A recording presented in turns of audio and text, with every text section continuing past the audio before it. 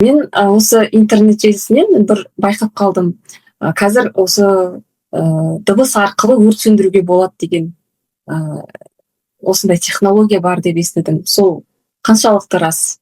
Оны қолданып жатыр ма? Бұл өте жақсы сұрақ. Негізі шамалы тоқтап кетсек, мынау маңызды принциптарына өрт сөндірудің және қандай технологиялар бар. Негізі өзі өрт сөндіру ол 4 принциптен тұрады. Біріншісі суыту, екіншісі ол изоляциялау, үшіншісі араластыру және төртіншісі химиялық әсермен баяңдату.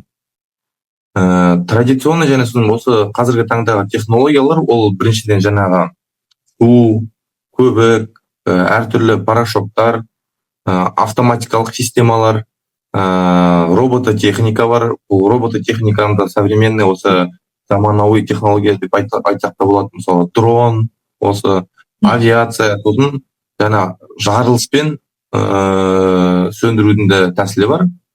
Сосын жаңағы соңғы жаңа технология, бұл енді еніп жатқан технология болғандықтан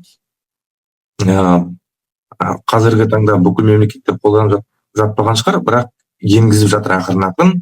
Ол технология дыбыспен сөндіру технологиясы.